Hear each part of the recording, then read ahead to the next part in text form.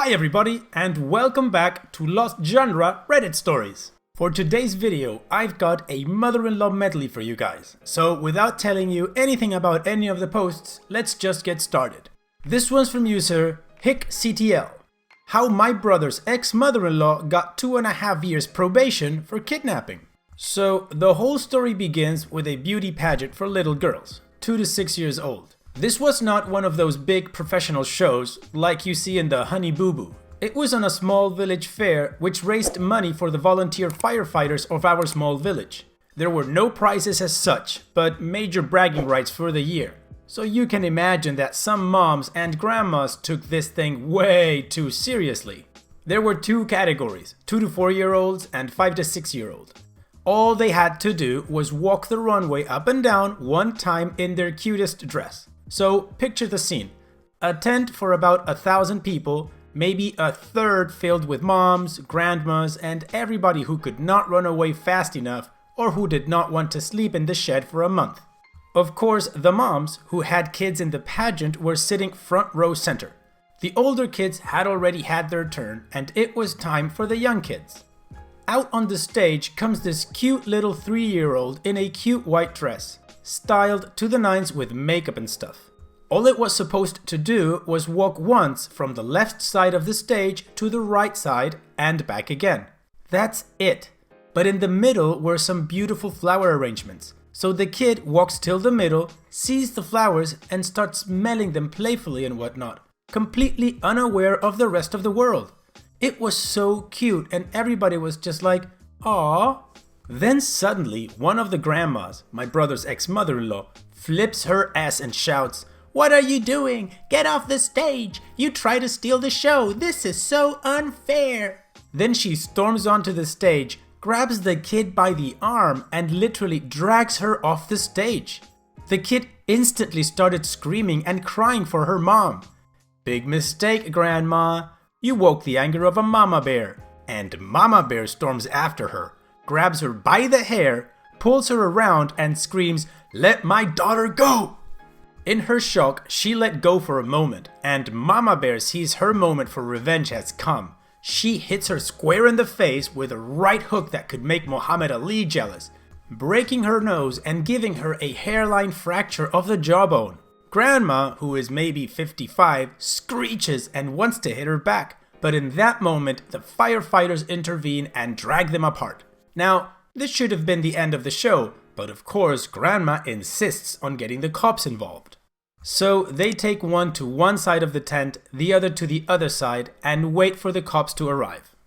They arrive and first interview a few people to get an idea of what exactly happened. Then they interview Grandma and she insists on pressing charges.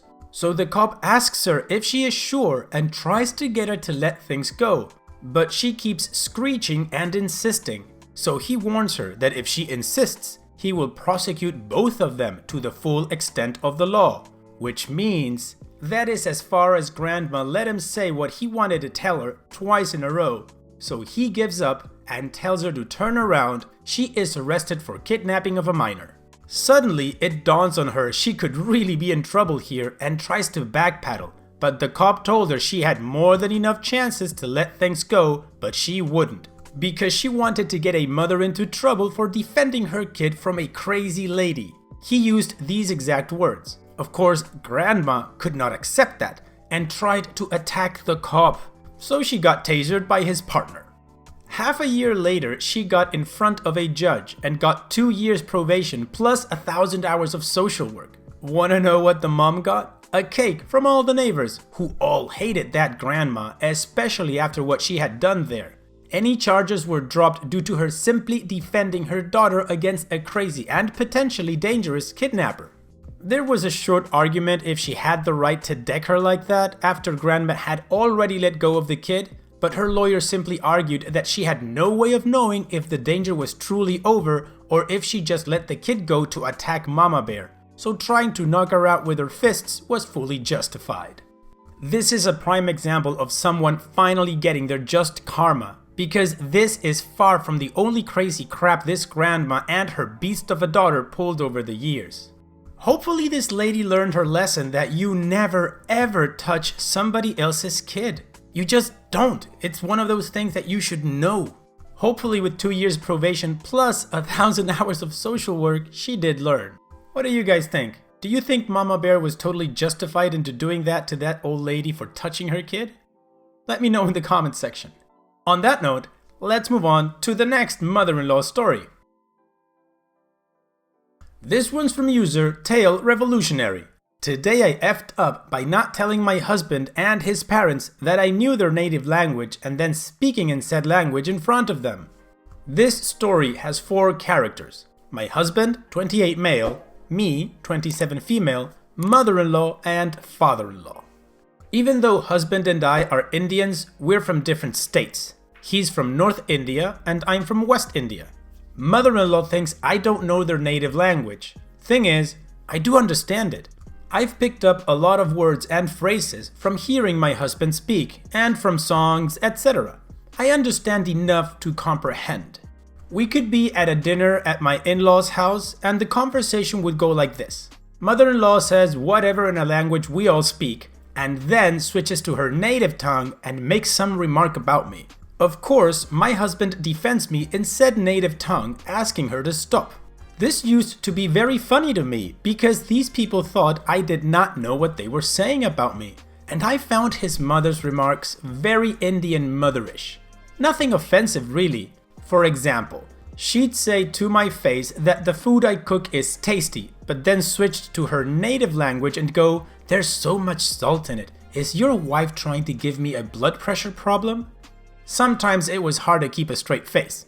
A few days back, we were FaceTiming with my in-laws and my mother-in-law says something in the native tongue. This is where the F-up happens. I wasn't paying attention and thought she spoke to me, so I replied in the same language. Now, I didn't even know if I could speak it since I'd never really tried. I thought it was more of a "I understand but I can't speak it" situation. If the surprised Pikachu meme was real, it would be the expression of my husband and his parents. I don't think I'll ever forget how their faces looked. I wish I could have taken a picture. Mother-in-law has been sugary sweet to me. She's been sending all these good mornings and hope you well texts to me. I hate this new mother-in-law. I prefer her subtle way of being fake than her obvious way of being fake. I feel like I lost a superpower. I won't get to hear mother-in-law's running commentary about me. Those were entertaining as F. I looked forward to family dinners just for her taunts, which she thought I couldn't understand. Now, my husband is mad at me because I didn't tell him I knew his language. He says he'd have made an effort into learning my language if only he knew I was learning his. He's also having some sort of existential crisis thinking about potentially offensive things he might have said over the course of our relationship that he didn't want me to hear. Thing is, I've only recently picked up the language after our marriage last year. I didn't even know I could speak it until I did. I really effed up badly by slipping up. Wow, OP, I gotta tell you, I think the thing I love the most about your story is how lighthearted you took all of your mother-in-law's commentary about you and that you actually looked forward to it. That's fantastic. I also think it's awesome that you picked up a different language just by hearing it for a year with your husband. Have any of you guys been in that situation where your mother-in-law spoke a different language and you understood without them knowing? Let me know in the comment section. So, on that note, let's move on with the next story. This one's from user Chicken Nougat. Mother-in-law insisted she wanted a drink, so I gave it to her. Mother-in-law never really liked me because I got her adult son to move out of their home and have a good life. She's the type to question every success you have, all the while downplaying anything in your life. Honestly, don't know how father-in-law is still with her. Yesterday was her daughter's birthday. I love her very much, like my own sister, and although she can't have an extravagant 21st birthday due to restrictions, we planned a nice dinner at their home. We brought everything we needed as well as drinks. She is 21 after all. She requested we get some soju. Now, for those who don't know what that is, it's a popular Korean alcohol drink. It's in these bright green bottles packaged within this bright green box. usually plastered with portraits of cute girls looking like they love this drink. At a glance, it does not look like alcohol since American beers and such are more bland looking than this. Since their home basically had nothing for us to use for the meats we brought over, we had to go to the store a lot of times, including the birthday girl herself. We really tried to make the best of this situation, but the entire time, mother-in-law was running her mouth. "What? There's no soy sauce? What the hell?" says the woman sitting and playing on her phone, not helping us look. "Why would you move to a cheap place? What did you expect? Of course it's going to crap now," says the woman who never paid for her house. Father-in-law pays for everything. "Don't cook there. It's going to smell like meat," she says while we're cooking in the kitchen. What's the kitchen supposed to be used for? These are only a few examples of everything she said that night. Father-in-law was nowhere to be seen since she usually runs her mouth until he's had enough. I was mixing my concoction of Soyu, Yakult, and Sierra Mist by the time she hovers over to the kitchen.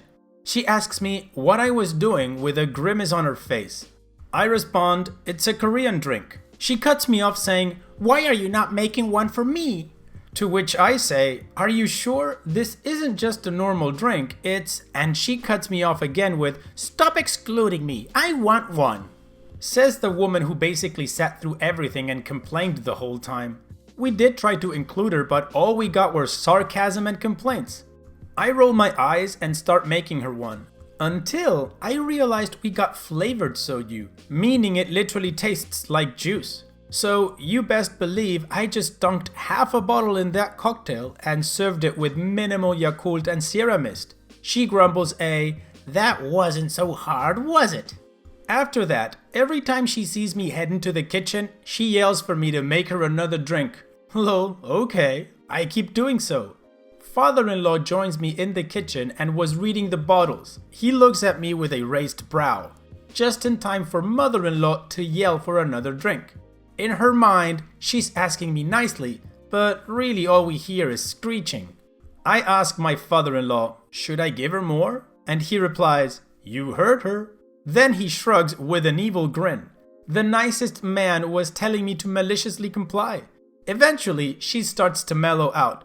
No more yelling, no more complaints. Everyone was happy for the rest of the night. She actually was in such a good mood, she went upstairs and went to bed early. Such a good mood, in fact, that father-in-law joined us for movie night after dinner. Sister-in-law just messaged me today and said that last night was by far the best night she's had. Well, OP, apparently that was the best birthday gift you could have given your sister-in-law. And by the way, your father-in-law really enjoyed dinner, didn't he? Also, I think I'm gonna have to try this soju drink. It sounds quite interesting. Alright, well on that note, let's move on to the final post of the day. This one's from user Machines Godiva. My cooking is too heavy with too many cream-based sauce and seasoning. Okay, plain it is. So, my husband and I live with his mother.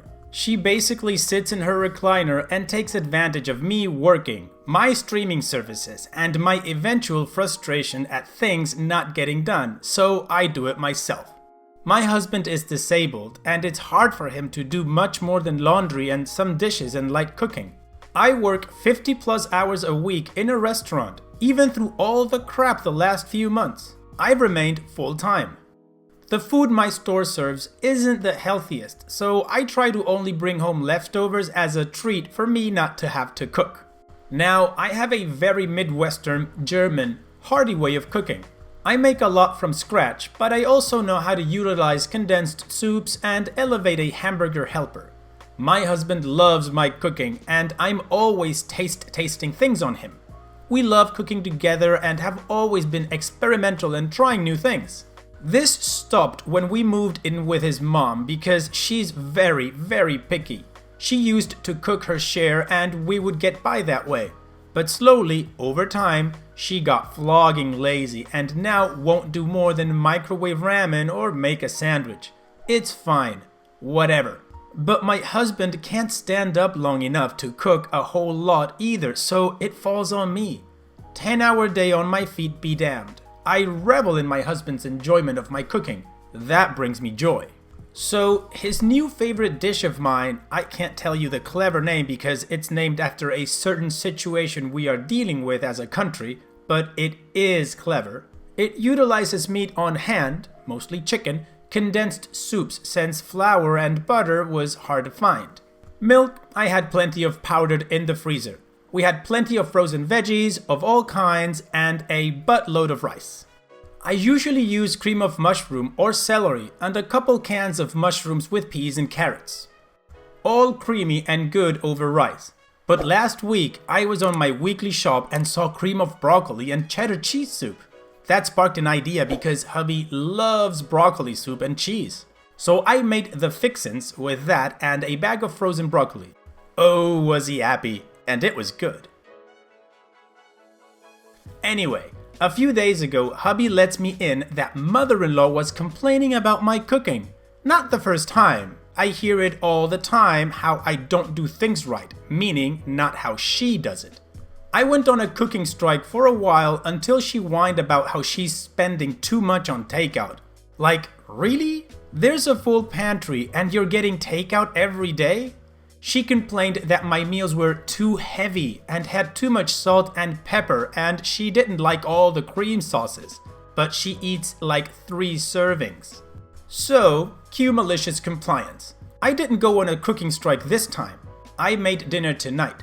Husband wanted the chicken and broccoli with rice again, so we went to the store, got the stuff and came home. Plan all hatched in the car and my husband thought it was brilliant. I must also add that husband and I both love spicy food, but generally only add chili sauce or extra spice to our individual plates because mother-in-law doesn't like spice. Relevant later. I cut up the chicken, but I save out about half a breast worth. Huge breasts of frozen chicken, like turkey size. I cook most of it with copious amounts of garlic and butter and ranch powder like always, but in a separate skillet I only add some olive oil and her chicken. No salt or pepper or garlic. I saute it up and set it aside. I then make the cream sauce and add most of the broccoli, saving about half a cup out and steam it. I made the rice like always, but served half a cup plain and added the rest to the fixins and mix it up. Husband taste tests and tweaks, and then he surprised me. He added black pepper and our favorite chili seasoning to it. I'm wide-eyed and my mouth is watering.